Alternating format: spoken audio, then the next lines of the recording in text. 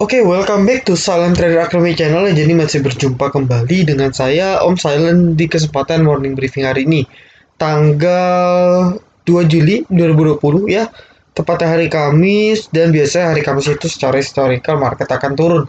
Tetapi pada kesempatan kali ini di awal saya nggak akan bahas. Oh sorry, mungkin saya akan coba bahas dulu marketnya ya. Baru di akhir sesi saya akan coba bahas titipan ya, titipan emiten dari beberapa teman-teman maupun baik itu VVIP ataupun member VVIP mengenai saham yang sedang trending 2 hari ini ya, yaitu ialah saham INKP dan juga saham Tekim. Oke.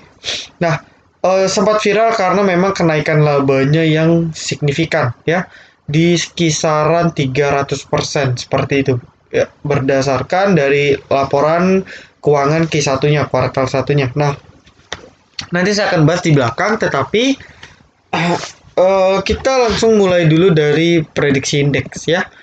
Kalau memang secara historical prediksi indeks turun, tapi kalau saya lihat dari chartnya ini nggak turun justru ya. Alasan pertama karena di sesi mulai dari sesi 2 ya, market atau IHSG perlahan mulai ditarik. Oke, ini kasusnya mirip dengan kejadian pada tanggal berapa nih? Nah, pada tanggal 29 ya, eh sesi 2 market ditarik naik dan besoknya, nah seperti ini ya. Besoknya sempat naik meskipun lambat laun lanjut turun seperti itu. Tetapi opennya naiknya lumayan ya. Itu naiknya bisa sampai 0,71%.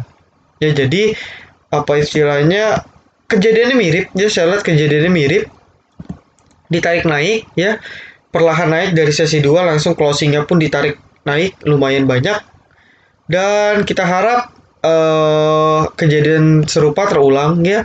Dari candlestick daily-nya pun dia udah main-main aja nih di area MA13 ya.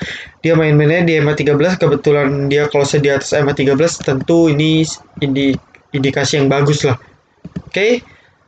Mungkin up ya, mungkin mentok-mentoknya upnya mentok ke 4966 ya. 4966 itu kurang lebih 1%-an ya, 1% itu ke 4966. Syukur-syukur dia bisa closing di atas ini ataupun closing di atas 4980, maka akan sangat bagus. Tetapi mungkin saya rasa nggak sebanyak itu harusnya ya. Kalau nggak ada info atau news apapun, harusnya nggak sebanyak itu. Oke. Jadi saya bisa bilang sangat kuat kemungkinannya open naik.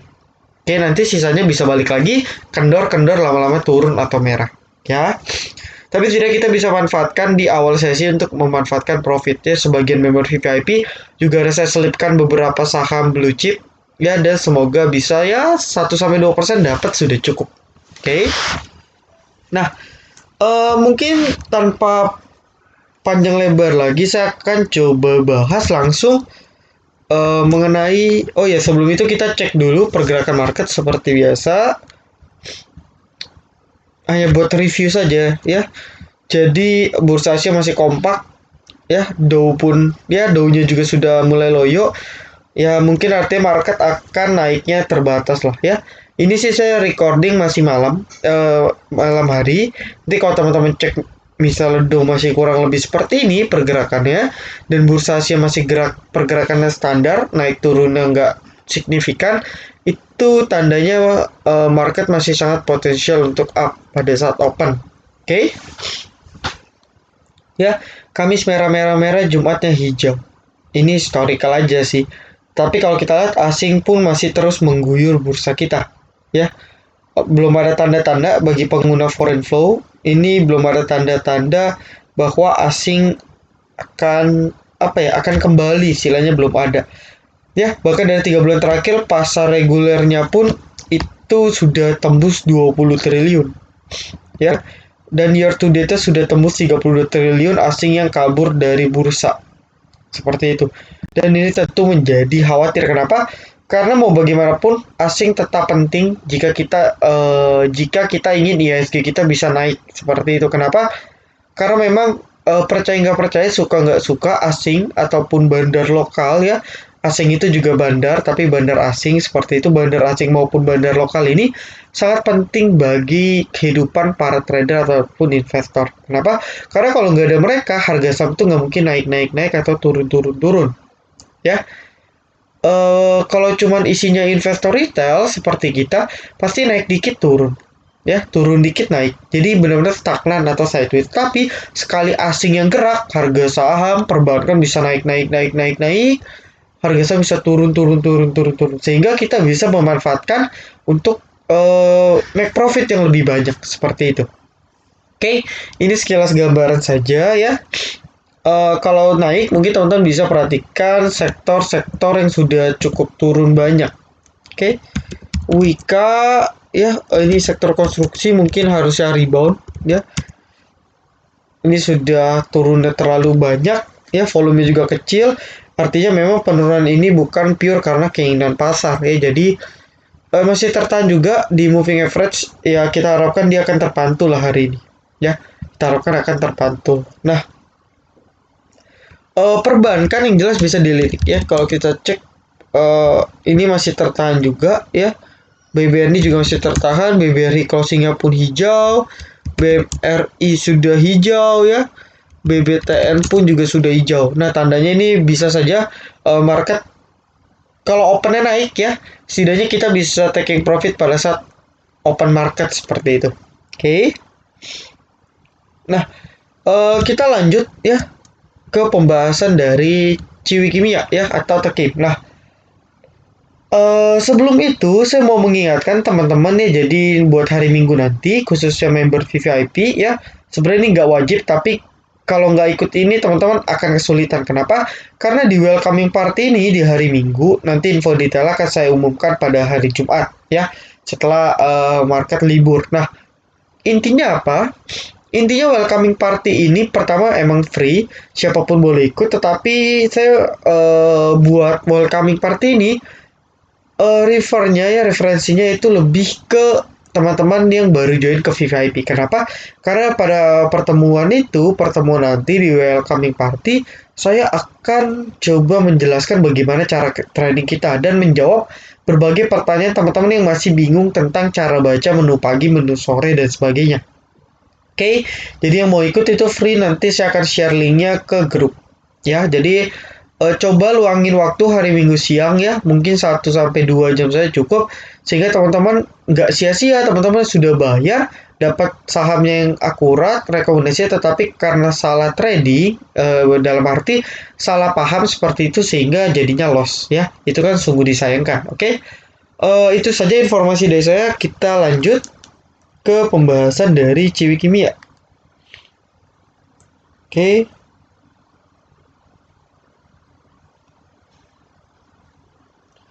Kita lanjut.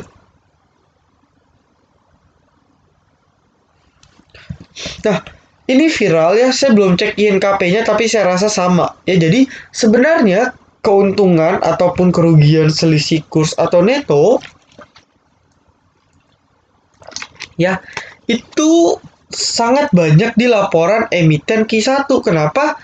Karena seperti kita ketahui ya, USD to EDR ya, USD EDR, jadi dolar terhadap rupiah itu mengalami penguatan seperti itu. Jadi mengalami penguatan yang luar biasa dari awal tahun ya, dari Januari hingga puncaknya itu Maret April lah. Nah, karena Q1 ini kita bahas tentang apa istilahnya itu dari bulan Januari, Februari, dan Maret, maka tentu kenaikan kurs dari dolar ini ya itu sangat mempengaruhi laporan kinerja Q1 ya. Jadi jangan heran nanti kalau teman-teman cek itu banyak yang kasusnya seperti Tekim ataupun INKP ya. Jadi banyak sekali memang apa istilahnya, bisa labanya tiba-tiba naik banyak, bisa labanya tiba-tiba turun banyak karena selisih kurs ya. Jadi jangan heran. Nah, lalu apa yang harus kita lakukan ya? Jadi kalau kita bahas dari sisi fundamental,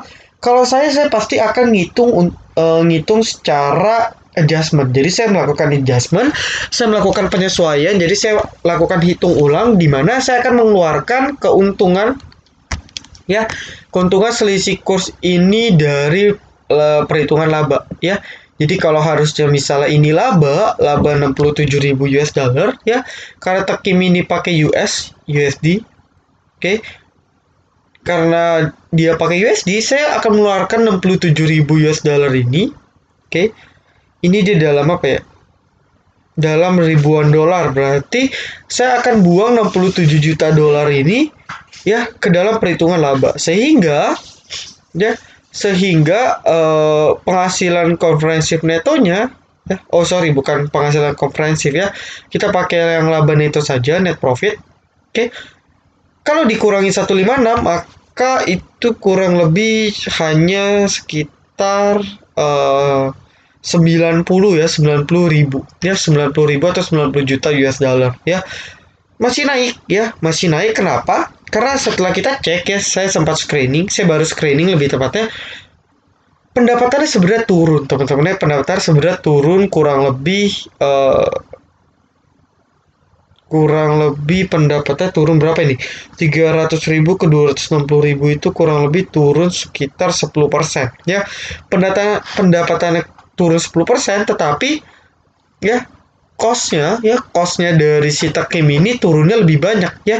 Dari 27.000 ke 23.000 itu turun sekitar 15%-an ya, turun sekitar 15%. Nah, pendapatan turun 10%, tapi costnya turun lebih banyak 15%. Tandanya apa?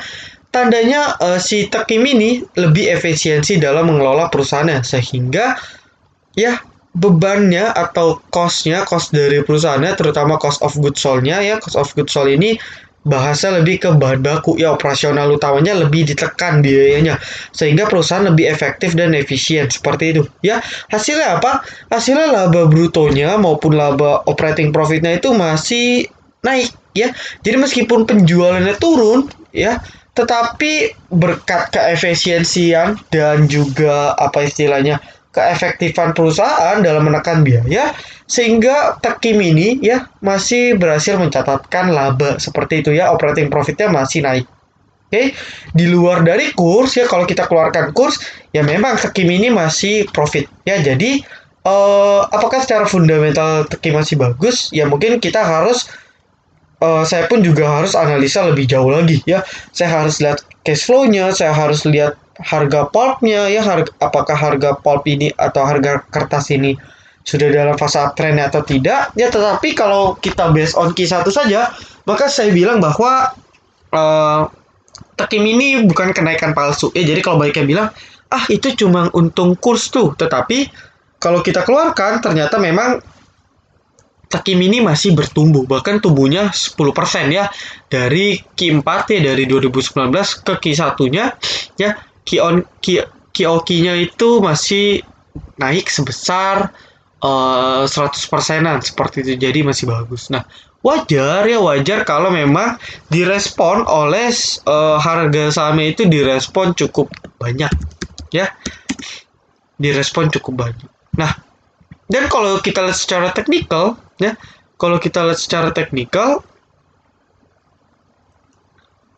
itu dia sekarang sudah break resist kuat ya. Dia sudah break resist kuat di sekitar 5.625 ya. Itu sangat bagus untuk Tekim. Nah, kalau si Tekim ini mungkin dia akan coba uji support ya. Biasa sih dia akan coba uji support, tetapi kalau selagi dia nggak di bawah 5.625 lagi, maka Tekim ini bisa kita jadikan untuk swing ya. Tapi sayangnya gapnya ini terlalu besar. Nah, ini akan menjadi warning untuk kita ya. Gapnya ini terlalu besar ya. Open 5%, gap sebesar 5% ini biasanya sih ketutup. Apalagi cuman karena perihal kenaikan laba 300% yang sebenarnya nggak 300 ya. Sebenarnya hanya 100%-an. Seperti itu. Oke. Nah, tetapi ada hal yang menarik ya. Saya coba lihat dari sisi bandarmologinya. Ini saya hanya singkat ya, karena memang saya akhir-akhir ini cukup sibuk sehingga saya tidak dapat analisa lebih jauh. Tetapi kalau kita perhatikan ya, Tekim ini sempat turun parah ya, sempat auto reject bawah karena keluar dari MSCI Index ya. MSCI Index itu adalah indeks yang dikeluarkan oleh Morgan Stanley ya. MSCI itu singkatan dari Morgan Stanley Capital International atau Capital Index gitu ya. Beliau ini Morgan Stanley itu lembaga keuangan yang memang concernnya selain dia biasanya nerbitin rating-rating dan sebagainya, ya keluarin analis juga, ya. Morgan Stanley ini setahu saya yang bilang bahwa yuk lebih baik kita investasi di obligasi dan investasi saham di Indonesia ya. Itu ada beritanya di CNBC. Nah, si Morgan Stanley ini, indeks MSCI ini termasuk indeks yang cukup kuat dampaknya ya dibandingkan dengan indeks LQ45. Nah, ketika ada suatu saham yang masuk ataupun keluar dari indeks ini ya, terutama indeks utamanya ya, jadi Indonesia itu dibagi jadi dua ya, ada yang MSCI Index Indonesia, saya lupa MSCI Index Indonesia, dan yang satu lagi itu yang small cap-nya ya, jadi yang small cap-nya dan yang satu lagi yang big cap-nya lah setahu saya. Nah, si Takim ini dikeluarkan dari big cap-nya ya, dari big cap-nya, dari big cap si MSCI Index ini dikeluarin, tapi nggak dikeluarin full, dia dipindahkan ke yang small cap. Nah, tetapi karena investor merespon berlebihan, baca headline newsnya, Takim dikeluarkan dari MSCI Index, sehingga menyebabkan harga sahamnya drop parah. Nah, uniknya ya, saya coba bahas dari sisi bandarmologinya. Oke, dari dia auto reject bawah ya, ternyata ada beberapa indikasi saham, bukan saham, ada indikasi beberapa broker yang melakukan buyback, bukan buyback sih, lebih tepatnya memanfaatkan momentum penurunan akibat sentimen yang sesaat ini ya. Jadi saya indikasikan ada RF, oke, dan DH. Nah, DH ini memang dari dulu ini sering memang menjadi bandar dari si Takim ya, Takim dan INKP ini sering sekali dikerek oleh si DH ya. Jadi DH ini termasuk orang yang mengatur pergerakan harga saham Takim dan INKP ya, sudah lama, dari 1-2 tahun belakangan. Oke, DH ini pun Sinarmas ya. Dan Takim ini dan INKP ini setahu saya masih Sinarmas Group. Oke. Jadi memang wajar kalau DH ini menjadi pengendali dari pergerakan harga INKP dan Takim seperti itu. Nah, berdasarkan broker sum ini ya, saya coba cek, ternyata CRF dan DH ini sudah collect dan memanfaatkan kesempatannya dari penurunan saham Takim ya. Dia memanfaatkan dengan cukup baik, dan anehnya ya, rata-rata itu Q1 itu kan Januari, Februari, Maret ya. Biasanya rilis saya itu April dan Mei. Oke, tapi ini rilisnya baru Mei, Juni, Juli ya. Baru rilis setelah 3 bulan kemudian. April, Mei, Juni ya, sorry. April, Mei, Juni baru rilis setelah 3 bulan kemudian.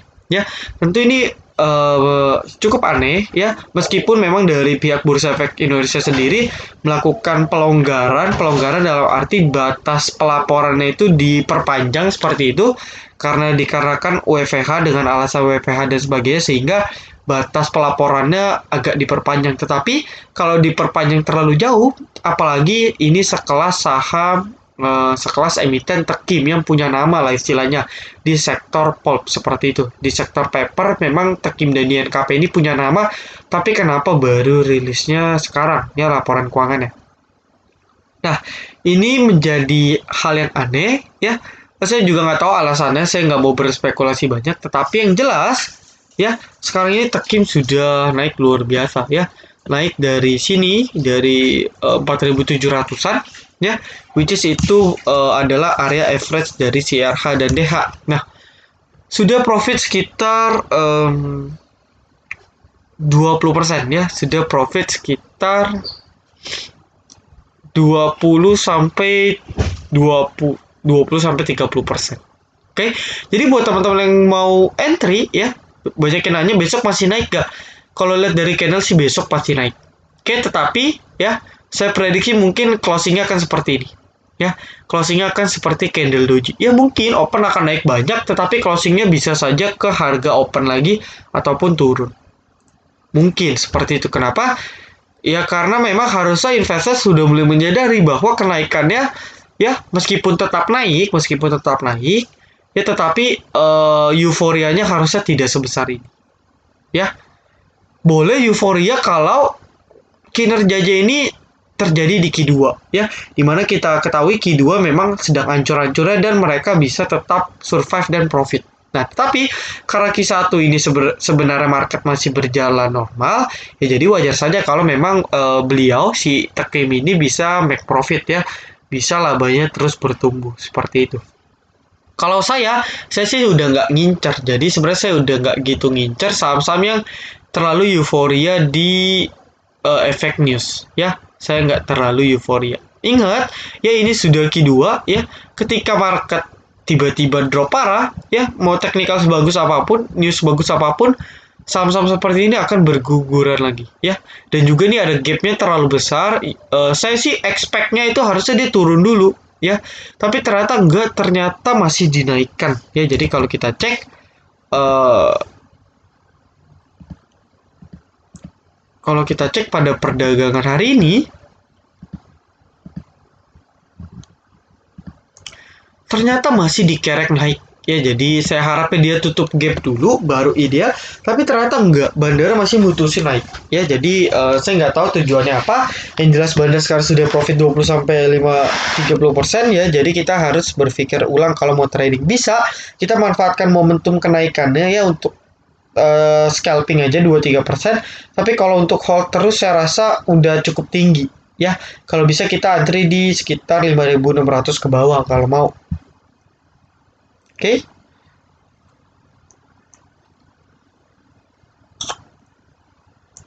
Nah, ya, DH masih beli. Ya, jadi memang pure digerakkan oleh DH di 5.100. Oke. Seperti kita tahu ya, 5.100 itu di sini. Saya coba ganti 5 menit. Nah, 5.100 ini di sini teman-teman. Ya, jadi si DH ini akumulasi dulu di sini ya. Si DH ini akumulasi dulu. Nah, dia mulai naikin pada saat di sini.